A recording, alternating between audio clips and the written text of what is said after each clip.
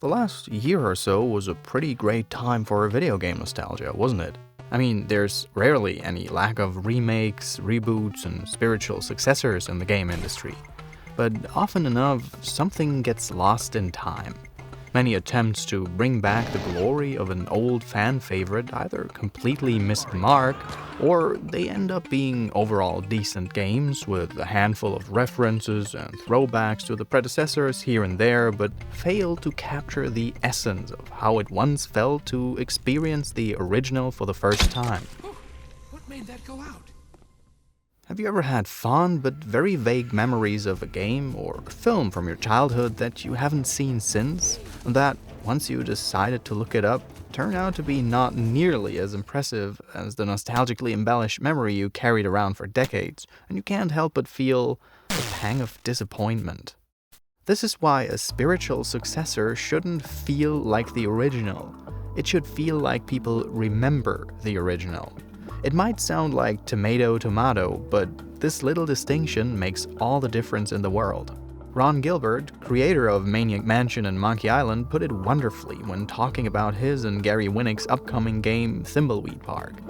It's all the wonderful, charming things about point-and-click adventures, but without all the stupid stuff about point-and-click adventures. We want this game to really feel like you remember those old games. It's not really how those old games were, because I think we remember those old games being a lot better than they actually were. And lately, a lot of developers seem to get this right. Thibleweed Park is that old LucasArts adventure that you suddenly find covered in thick layers of dust in a desk drawer, but that you've miraculously never played before. The new Doom successfully resurrected the kick-ass feeling of old-school first-person shooters for a modern audience, and Resident Evil 7, for a lot of people, rekindled the same flavor of thrill that made playing the first game in the series so memorable 21 years ago. And then there is Obduction. Obduction is the newest creation by Cyan Worlds, a long-established developer studio mostly renowned for their critically and commercially acclaimed Myst series of adventure games, and let me tell you up front without any suspense or build-up, this Kickstarter-fueled project has turned out to be a gorgeous, ingenious, and more than worthy spiritual successor to Myst. In this video, I want to take a look at what made Myst, its sequels, and the subgenre of graphic adventures it pioneered so beloved and unforgettable, and how Cyan brought it back.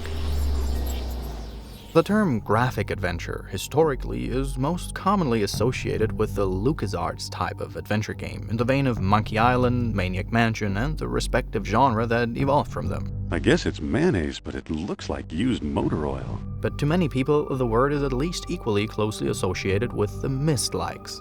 With the original Myst releasing in 1993, this contemporary sister genre of the point-and-click adventure focused on a different core emotional engagement: mystery and curiosity. Inspired by Jules Verne's novel The Mysterious Island, the original Myst and its many sequels cast a faceless protagonist into an unknown and also completely desolate world. Navigating through pre-rendered backgrounds from a first-person perspective by clicking hotspots to instantaneously swap to the next position and manipulating objects in the environment, the beauty of Myst was in piecing together the story in the same way an archaeologist uncovers the history of a long-forgotten civilization. You begin by aimlessly meandering around a strange island you find yourself marooned on, discover buildings and machines, buttons, levers, and contraptions that don't seem to make any sense at all. But if you bring the patience to experiment with every nook and cranny, to observe and interpret cause and effect of your actions, to thoroughly study all the notes, letters, signs, and books you come across, you slowly but gradually begin to understand more, piece by piece, one inside after the other. Those games were, to many people, really, really boring. They require patience, natural curiosity, and a fertile mind to find enjoyment in them. But if you ask those who actually did bite through their uneventful tranquility, you will get nothing but praise and love for how immensely satisfying experiences they were. How you started by stumbling around blindly, as if your mind was shrouded in a fog of war for you to uncover, contemplating in painful ignorance for hours until at some point the dots would suddenly start connecting and eventually everything would fall into place and you could palpably feel that Gordian knot burst apart in your mind. This sensation of a hard-earned revelation is one of the most intellectually satisfying emotions I have experienced in any form of narrative media, and it's rare.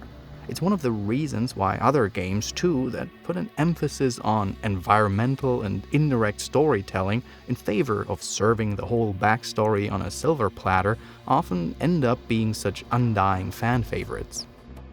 The adventure genre in its classic form, including the LucasArtsy point-and-clicks, as well as the Jules Vernean Myst-likes, has been out of fashion in the industry for quite some time. Aside from nostalgic indie developers and kickstarting industry legends, the mainstream industry has, over time, evolved the adventure genre into a more contemporary form, namely the Walking Dead-likes. When you look at old established series like Sierra's King's Quest or the Longest Journey series, you can see how strongly their most recent incarnations took inspiration from the Telltale formula. One of the main reasons for this tonal shift is how the overall gaming landscape has changed, especially with the widespread accessibility of the internet. Nowadays, pretty much every gamer can instantly look up solutions and guides for a game when they get stuck. And that's just not very conducive for classic adventures. It's a bit like being a recovering alcoholic while working as a bartender. The very thing that spoils the experience is just too easily accessible. You see, nowadays, adventure games are almost exclusively optimized for flow. In many ways, they feel as if they're playing themselves. In some cases, that's even literally the case. Their focus has almost entirely shifted towards narrative and away from lateral thinking challenges, puzzles. You're never gonna get stuck, and therefore you never feel tempted to look up a walkthrough. For classic adventures, and especially Myst-likes, in which the discovery of the story and lore of the world is inherently tied to solving its puzzles through understanding the world, spoiling those puzzles with a walkthrough is the absolute death of what makes those games enjoyable in the first place. Getting stuck and regularly not making any progress for hours, sometimes even for days, was an inherent part of the experience. And what might sound incredibly tedious and frustrating from a modern point of view, well, it was also tedious and borderline frustrating back in the day. But, and this is where I'm inevitably going to start to sound old, it was just a different time. These days, we have what I like to call video game inflation. Steam libraries bursting with titles we haven't even touched or that lost their appeal after just a couple of minutes, and who of us hasn't bought stuff because it was on sale that we didn't actually want, but we just got it because, who knows, we might get it again for 75% less, right? And don't get me wrong, having access to way more games is good. Nobody actually wants to go back to having less choice. What I'm saying is that it changed the attitude with which we approach games in general. Back in the day, we had far more time, less money, and a substantially smaller game library in total. A new game was a really valuable thing I would look forward to and work for weeks. So even if I ended up with an objectively terrible game, or an unforgivingly difficult one, it wouldn't just wither away in the corner, but I'd keep playing it over and over until I eventually got better at it and it started to grow on me. In addition to that, as I've mentioned before, information about and around video games was much harder to come by. If I was lucky, I could find some hints and tricks and maybe a walkthrough in a monthly magazine or trade cheats with my friends in the schoolyard, but I couldn't just Google for the situation I was being stuck in at that time. Solving a game like Myst was a vastly different experience than most games are today, something that I feel got lost in time. When Myst was one of the few games you got at the time, even if it was initially boring and daunting, and even if you got stuck for days without making any progress, you'd still return until it became a habit. The lack of external information made it wonderful to play together with a friend in tandem, sitting together in front of the monitor and attempting to solve riddles in combined effort, and when you couldn't hang out, each one would play on their own while keeping the other informed about new mind-blowing revelations and solutions via the phone or next day in school. This notion of cracking an epic puzzle that required perseverance and commitment made those games feel like embarking on a big adventure. Myst and Riven were predestined for this kind of experience. And Obduction really managed to bring that back for me. One of the greatest incentives for people to get a copy of Myst back in the day was that it was visually just absolutely stunning.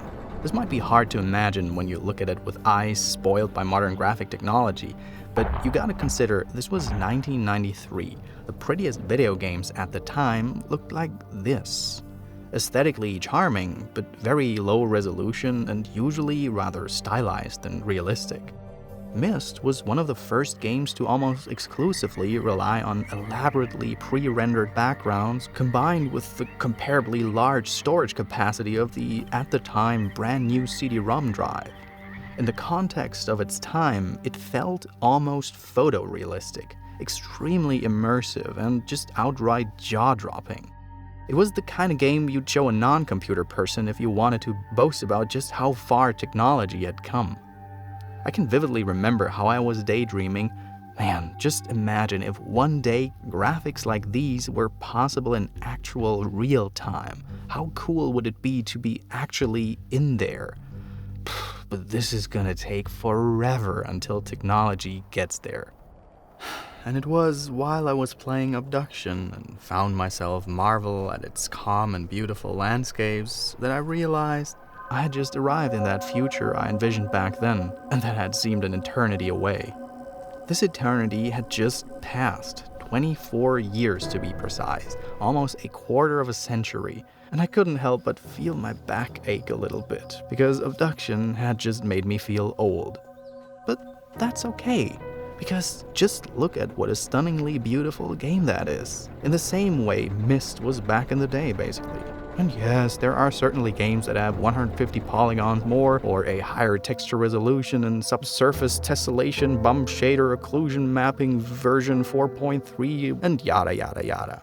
But aesthetically, this game looks near perfect, with an incredible intuition for the distribution of color and light, attention to detail, and just love and care in every nook and cranny.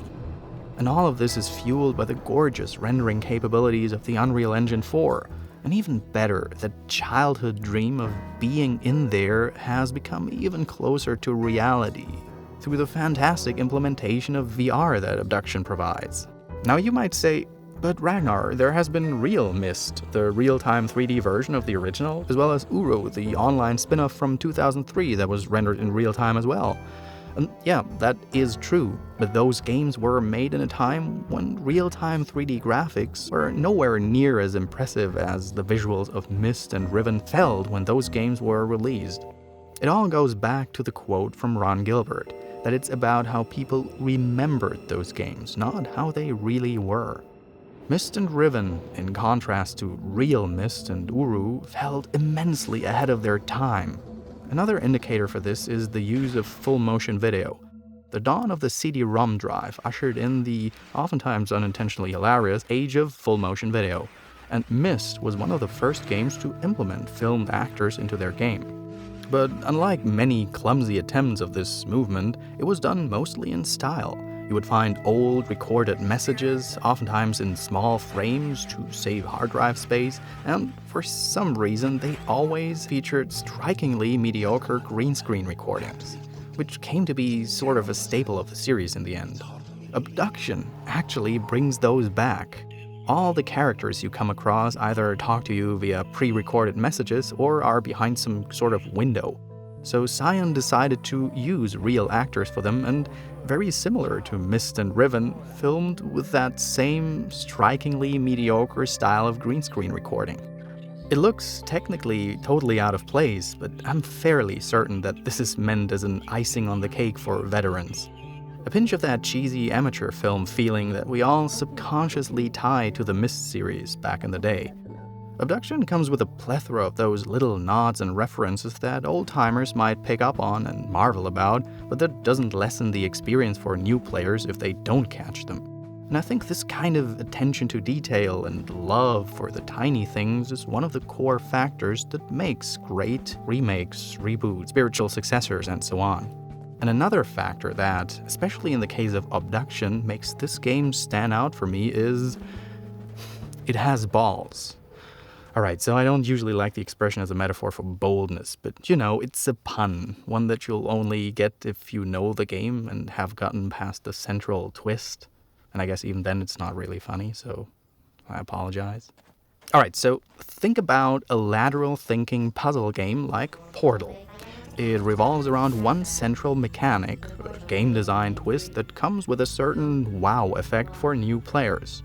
The moment when it clicked in your head, when you understood how the Portal mechanics worked, most certainly felt like a little epiphany, an aha effect. But in all those puzzle games that focus on such a central idea, it is usually front-loaded. Because if Portal waited until you're halfway through the game until it introduced you to the Portal mechanic, that would feel kind of counterproductive, wouldn't it? But in a way, this is exactly what Obduction does. It starts out pretty much as the good old Myst games. It even gives you an optional classic hotspot point-and-click control scheme as another throwback to the good old days, and it once again throws you into a somehow relatable, but at the same time completely foreign world that seems to make not much sense at first. You'll feel straight at home. You observe and catalog seemingly arbitrary things in your mind, moving and shifting around the loose parts and trying to make sense of the whole. But it's moving forward at an agonizingly slow pace. After a few hours, I started to understand more bits and pieces, but ultimately, I was still as clueless about the bigger picture as I was in the beginning. But just as games like Portal or Braid, Obduction's world is equally centered around a single lateral thinking principle. But it took me a good 10 to 14 hours of puzzling my way through it in almost complete ignorance until I eventually advanced to the part where I finally understood the central idea. But where in Portal, it's like, what a cool mechanic, so that's what this game's about. Oh, nice. Here in Obduction, it felt like an unbelievable mind blow. So far, it was literally myself mostly stumbling in the dark. Most pieces of information were largely self-contained. But uncovering this central revelation without anyone explaining it to me, but solely by observing, by taking in clues and piecing together the tales told through wonderful archaeological and environmental storytelling, and by torturing my brain cells for hours of cluelessness, it suddenly proved to be the pivotal key that let everything else fall into place at once. It was not just one eureka moment, but it was like an avalanche of sudden epiphanies. My mind wouldn't stop wildly connecting more and more dots. Seriously, I found myself smiling and oh my godding for minutes. It was one of the most satisfying mind blows I've had in a video game in such a long time. And of course, after this cerebral orgasm had passed, the post-climactic sadness inevitably started to set in, because I realized that it really was almost a quarter of a century ago when I had the last comparable onslaught of revelations caused by a video game in this way. So yeah, in this way, Obduction really achieved everything that an outstanding spiritual successor should aim for. It didn't just make me feel the way I remembered playing Myst back in the days. It went so far as to accurately remind me of an emotion from the past that had long become a vague, distant memory. Obduction showed courage in a lot of ways, and I believe that the freedom of crowdfunding helped the developers big time for that. And it's what I think Kickstarter campaigns that tap into nostalgia should use as a ground rule. The will to take bold decisions that the bastards with the money simply wouldn't grant you. Because in a time when most games are really just about flow and the pedantic avoidance of frustration of any kind, Obduction has the boldness to steer back to a slow and deliberate playstyle that requires an awful lot of patience, the will to take actual notes on real paper, and that embraces a certain amount of boredom as a core part of its experience. It is definitely not a game for everyone, but if you really want to enjoy it in the way it is supposed to be enjoyed, then stay the hell away from any kind of guide or walkthrough. Rather, go in with the knowledge that you will get stuck more than once, often for hours, but that it's a place that you can come back to every day, a peaceful place for a long period of time. If that sounds like something for you, then Obduction could take you on a journey that will feel like a long and epic cerebral adventure that requires commitment, diligence, and perseverance.